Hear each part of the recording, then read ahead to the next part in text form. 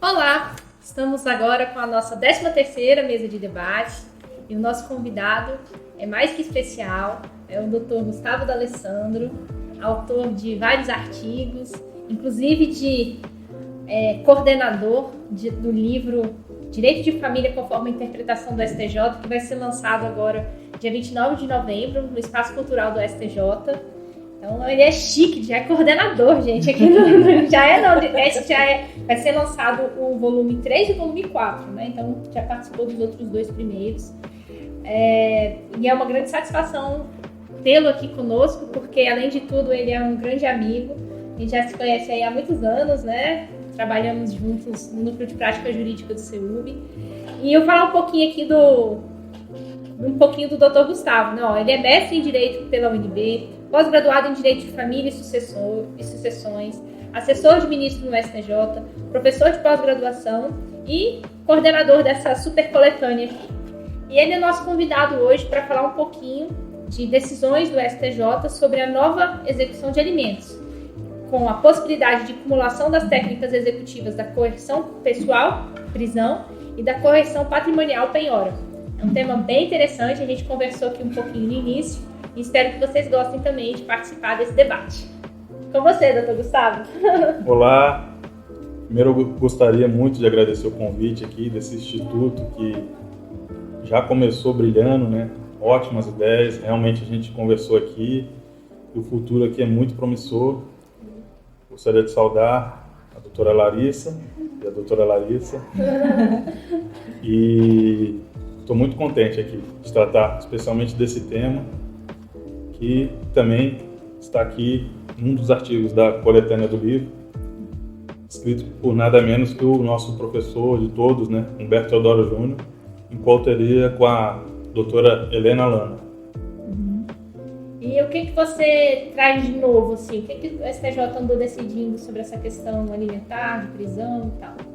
Então, essa questão da acumulação de execução de alimentos é um tema muito novo, por isso que eu coloquei o tópico como sendo uma nova, em que há uma divergência pelos tribunais do país, inclusive divergências internas dentro do próprio tribunal, sobre a possibilidade ou não de se acumular essas técnicas da prisão e da penhora, mais precisamente. Eu sempre, né, desde a época que a gente estudava na faculdade e tal, sempre tive a ideia de que não é possível acumular, porque são procedimentos distintos.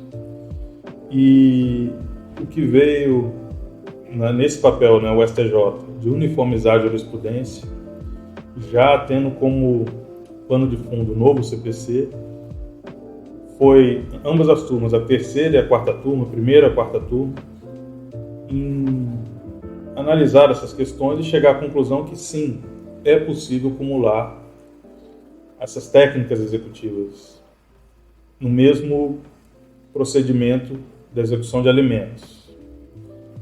Um julgado trazendo um pouco de ressalva sobre isso, autorizando, mas dando uma válvula de escape, digamos assim, e a outra mais enfática dizendo que não, é possível, desde que esteja bem delimitado as questões dos valores, as questões do prazo, trazendo mais a ideia de que são execuções de verbas pretéritas e verbas atuais. E isso, você distinguindo bem na petição, não há nem falar em tumulto processual.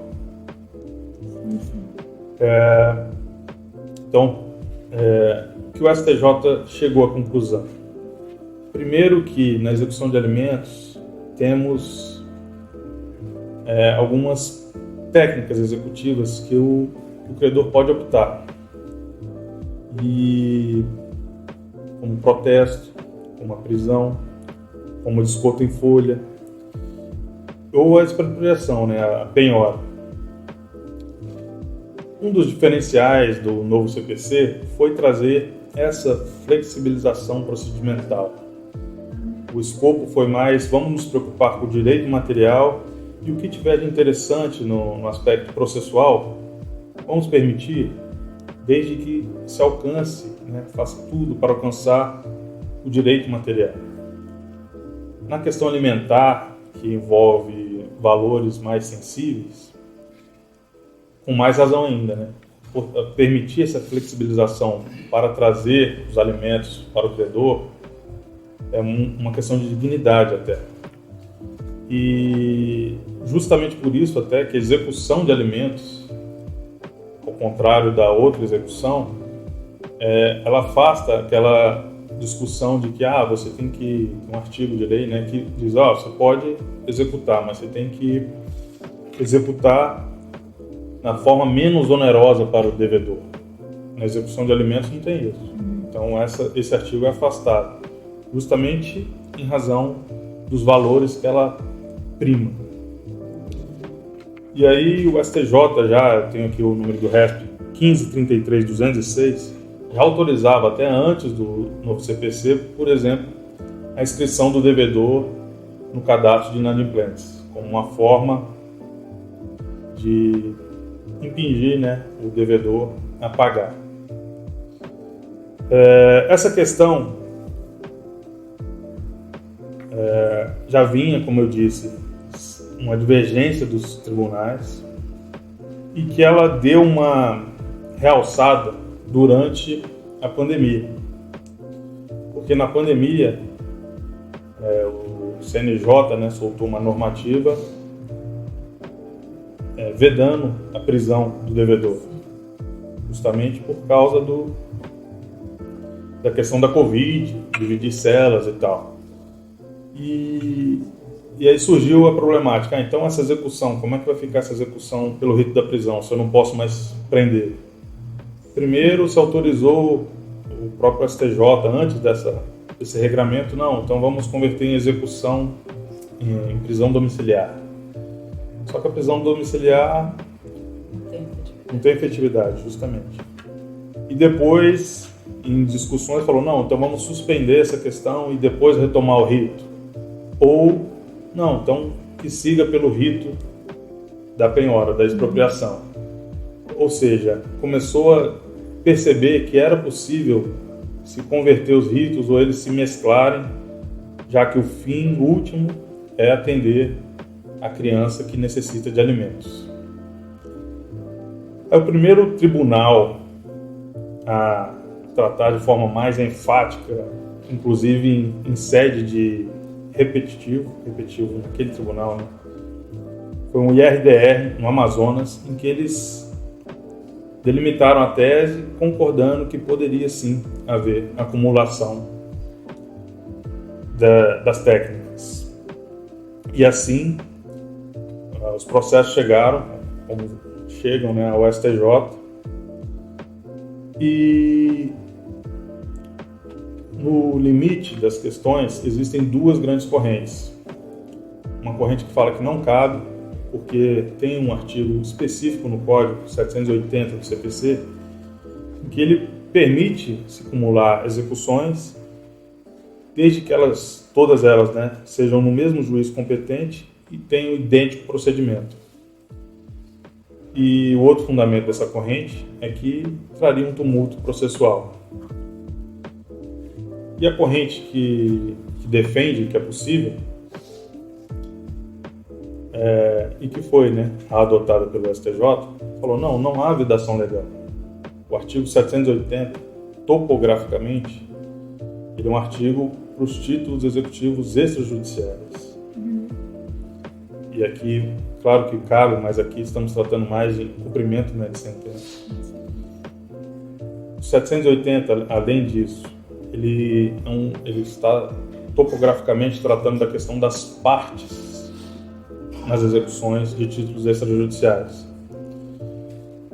e buscando indeferir as questões procedimentais que envolvam espécies diferentes de títulos, né, e de natureza desses títulos, o que não atinge a execução de alimentos, porque a execução de alimentos, as partes são as mesmas, a natureza é a mesma. Nós tratamos aqui de uma obrigação alimentar, mas simplesmente com débitos mais antigos e débitos mais novos. Mas a obrigação é única, o título é único. também, lá, 780 do CPC, que veda esses procedimentos, ele traz uma relação jurídica nova. Você está pegando um título executivo extrajudicial, iniciando uma petição inicial, e por isso tem essa preocupação em não se adotar procedimentos executivos diversos, o que não ocorre na execução de alimentos. 90% dos casos, ou mais, você simplesmente está seguindo, né, um trilhar de um processo de conhecimento que definiu valores, definiu obrigação, e agora você está no cumprimento de sentença executando essas verbas. Ou seja, o que o 780 veda são, por exemplo, uma sentença judicial, que é um título executivo judicial com um cheque, por exemplo. Isso não dá, ou uma obrigação de fazer, uma obrigação de pagar. Mas aqui temos uma obrigação, que é pagar dentro da natureza jurídica e com as mesmas partes. Então, a corrente que se sagrou vencedora foi a do STJ, autorizando essa acumulação, né? Ela trouxe essa questão de que, na verdade, não há vedação legal, porque a execução de alimentos tem a especificação do seu rito próprio. O novo CPC, ele fomenta essa flexibilização procedimental. Ele traz também os princípios, né, da economia, da celeridade, da eficiência, como bem conversamos aqui, né, doutora? Ele levou em conta que não há como presumir o prejuízo do devedor. Então, se ele houver, o devedor que tem que provar que está tendo um prejuízo aqui em sua defesa. E, principalmente, que a execução de alimentos ela é criada para prestigiar o alimentado, o credor, a criança que está passando fome, né? Então, essa foi a conclusão, em suma, do STJ pelos seus precedentes. No entanto, a quarta turma, de forma mais precavida, dispôs, né, que, caso o juiz perceba que está tendo algum tumulto processual com essa acumulação, ou que o devedor, de alguma forma, demonstre que essa acumulação trará prejuízos para sua defesa, permitiu que, aí sim, vamos cindir o processo. O STJ também, nessa questão, tentando clarear a situação, na verdade foi até interessante o julgado, porque é uma questão que ele não decidiu, mas ele provocou sugerindo que o credor que decida, ele que vai escolher, né, o rito, decida pela acumulação, que ele traga isso em tópicos bem delimitados e específicos, tanto para facilitar a defesa, como para permitir que o juízo entenda realmente o que ele está querendo, e os mandados judiciais, né, de intimação para pagar saiam de acordo com seus regramentos, né? Um é intimado para pagar sob pena de prisão e o outro é intimado para pagar permitindo que ele se defenda em prazos distintos.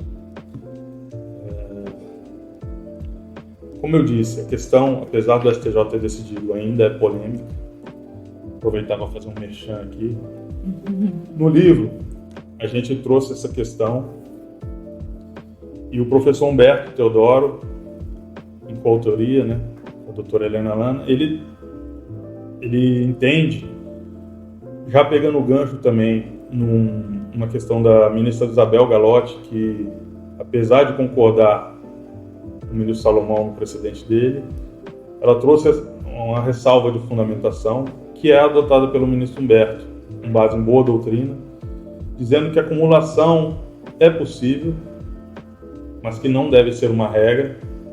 É possível em situações como a que o credor escolhe o rito da prisão e escolhe o rito do desconto em folha, porque nessa situação não haveria o tumulto. A pessoa só é intimada para pagar, né, sua pena de prisão, e depois sai uma intimação já para o órgão descontar em folha.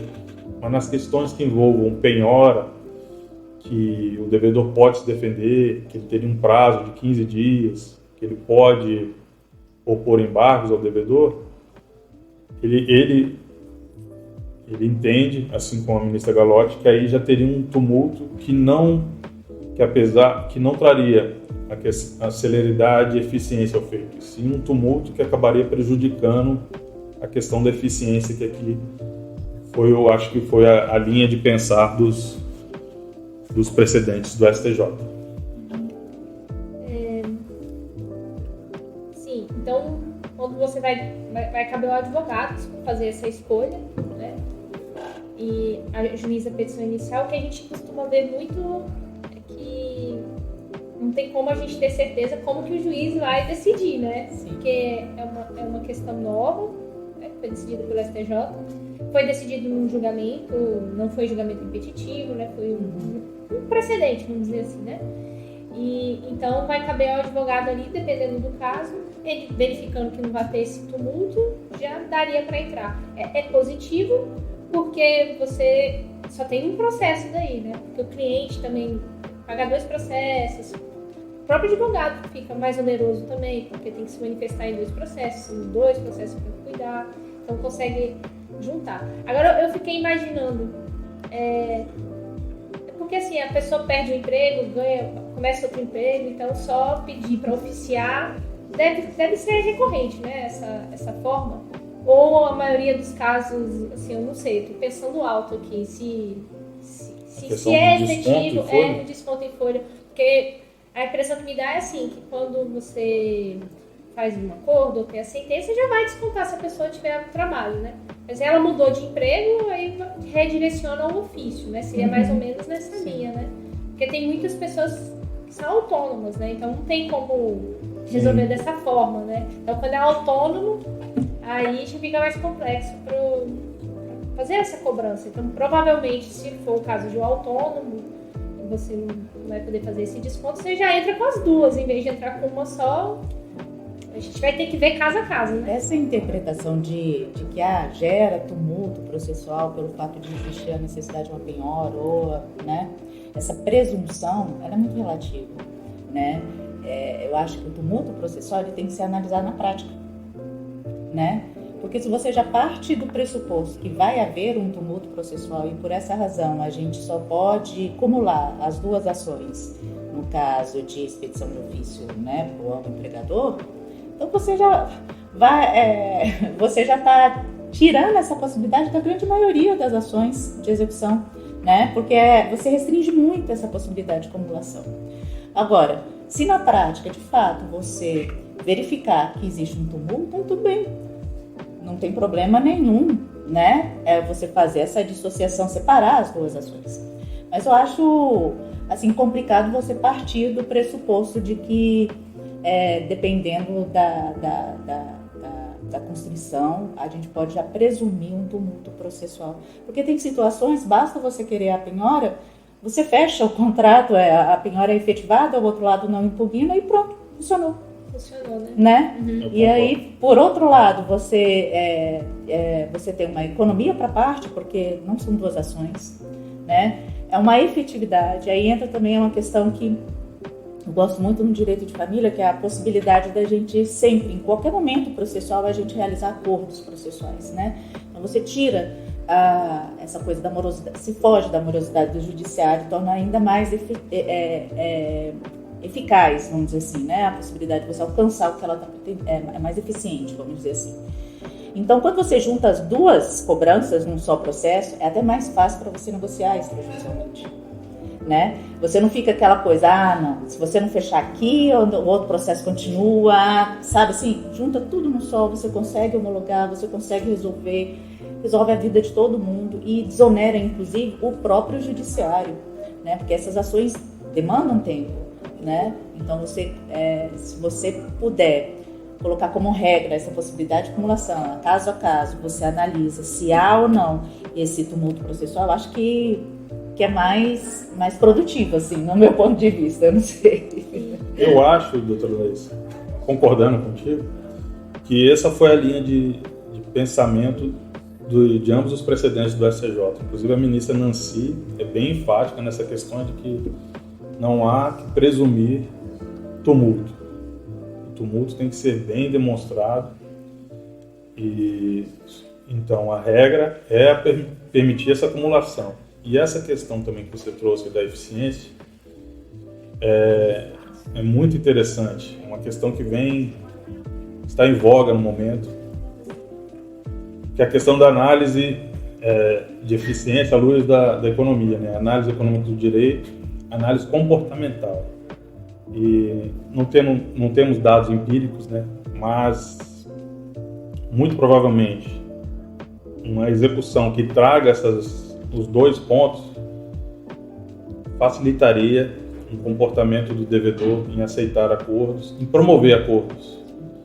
E isso, no fim e ao cabo, traria realmente a eficiência almejada de custos para as partes, para o Estado, para o juiz, custos, né, para todo mundo.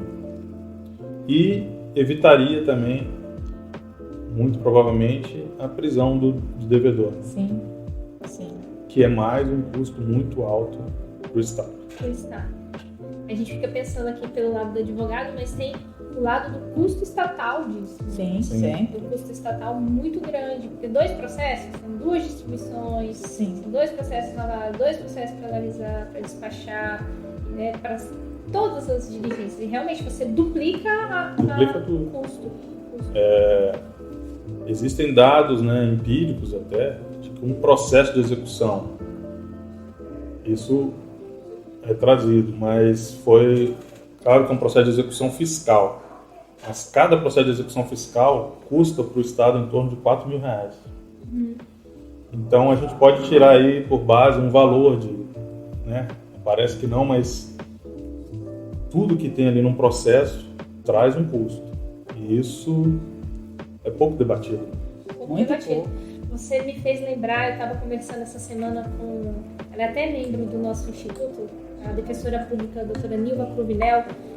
Ela está até estudando isso, porque o que acontece? Ela contando casos reais da defensoria, de casos em que o devedor, ele não paga os alimentos só para perturbar. Sim. Então, ele espera, de 3 em 3 meses ele vai lá e paga. Aí para quê? Para fazer com que a ex-esposa vá se movimentar.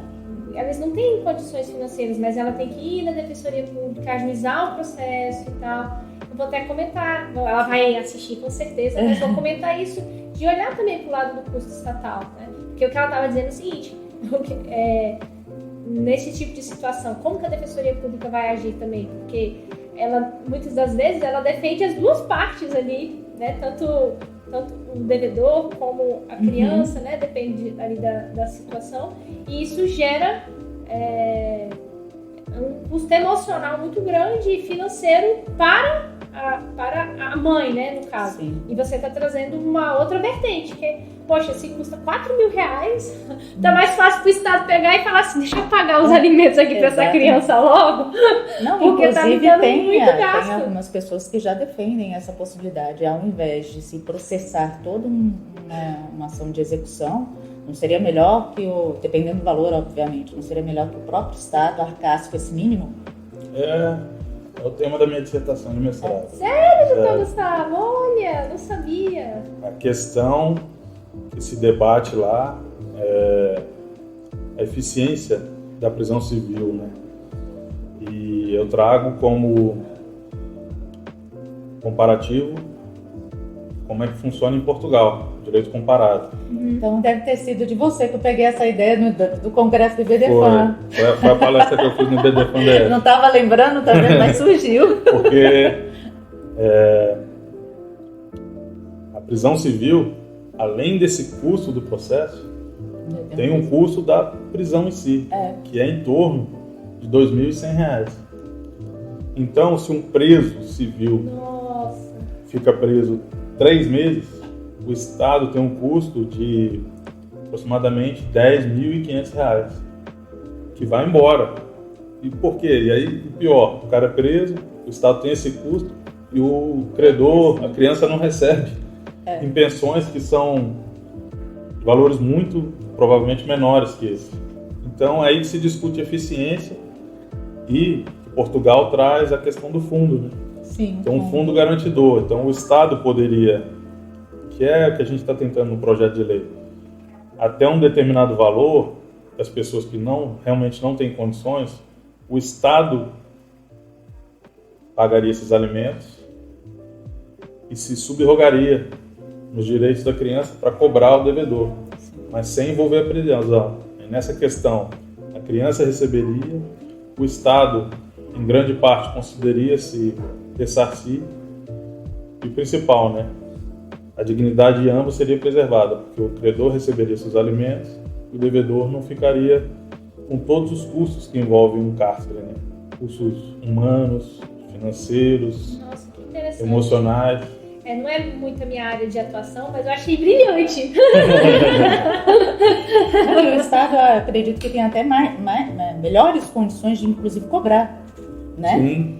Do que uma mãe, né? Do igual, que uma criança. Igual eu estava falando, né? Que de 3 em 3 meses, a doutora Nilva constatou que tem certas famílias que vão lá buscar a defensoria pública. E aí você tem o custo do Poder Judiciário e tem o custo também da defensoria pública, Sim, entendeu? Todo mundo que está envolvido está gastando. A máquina, né? Se É conseguir uma máquina, é uma colocar isso em números. né? Sim, nossa, que interessante.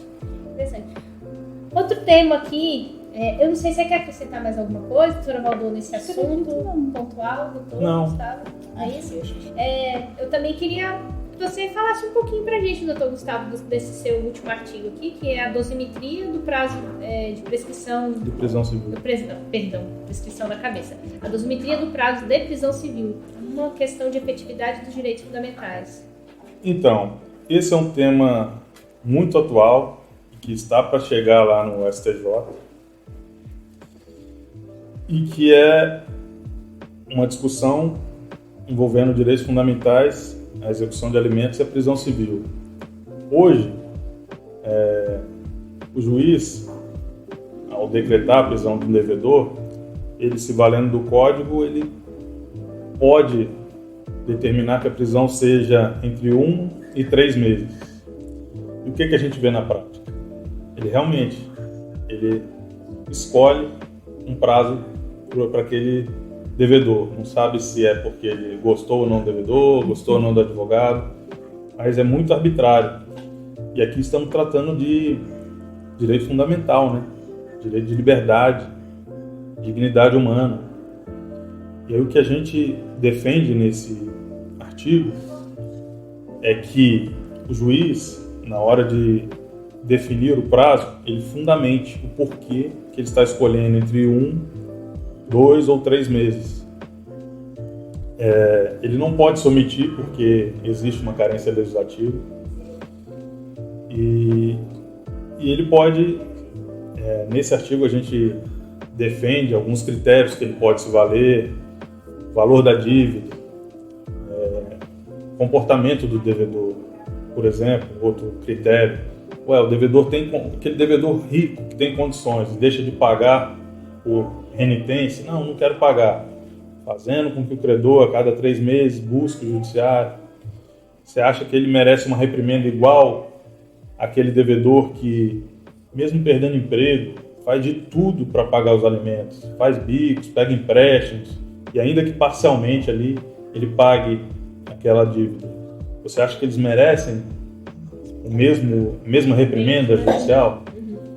E essa questão ainda não está sendo bem tratada, nem pela doutrina, nem pela jurisprudência, e na prática os advogados ainda não se atentaram que eles têm esse direito de reclamar, porque como eu repito, né, é um direito fundamental que se está tratando. Você ficar preso 1 mês ou 3, são 3 vezes mais. É uma diferença muito grande, ainda mais para o cidadão de bem. E aqui a gente defende isso, que é um dever constitucional, dever de fundamentado, assim, é um dever que está previsto no CPC que o juiz não pode se omitir em relação a esses pontos. Até que o legislador venha tratar desse tema, estabelecendo critérios, como há na dosimetria da pena, né?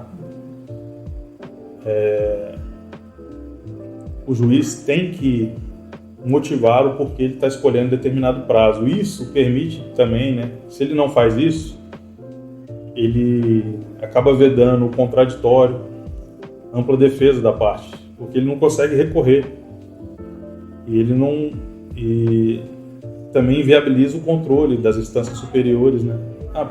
Por que você escolheu 1 mês ou 3 meses?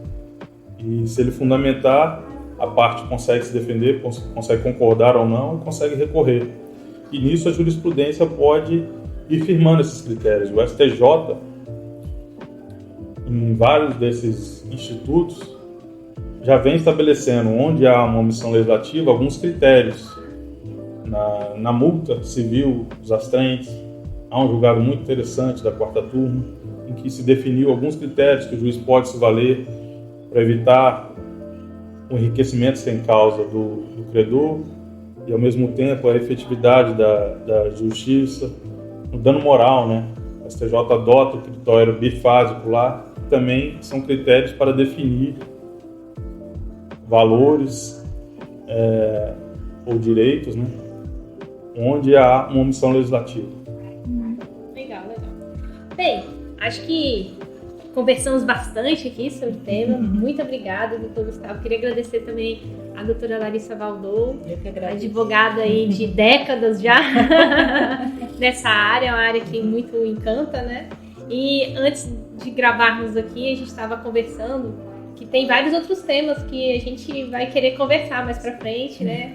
Essa parte da contratualização no casamento, a necessidade de políticas públicas para demonstrar a necessidade de se organizar a família. Então tem muitos temas interessantes que a gente, por certo, nós ainda vamos tratar. E doutor Gustavo, muito, muito obrigada. A gente admira muito o seu trabalho, que você continue brilhando e conte sempre com a gente, no que precisar. Tá bom, eu que gostaria de agradecer muito aqui o Instituto, né? É um instituto lindo, pessoas formidáveis aqui, com temas interessantíssimos. Fiquei muito feliz com o convite, especialmente em razão da nossa amizade. E foi um grande prazer também conhecer a doutora Larissa. A gente já se conhecia, né? De congresso, bater papo, mas agora estamos estabelecendo laços de amizade aqui, trocar ideias. Foi muito engrandecedor aqui o nosso bate-papo. Muito obrigada, gente, pela oportunidade. Realmente foi maravilhosa essa oportunidade. Essa troca de ideias também, né? Porque antes desse debate a gente se juntou aqui e aí aparece tanta coisa, né? É muito maravilhoso isso. Agradeço a oportunidade. É um prazer, doutor Gustavo, estar aqui com você. E minha querida amiga Larissa, é sempre um prazer, né? Participar dos seus projetos e ver o tanto que esse projeto é incrível, né? Então, parabéns pela iniciativa e, mais uma vez, obrigada a todos. Então, é isso e até a próxima. Até.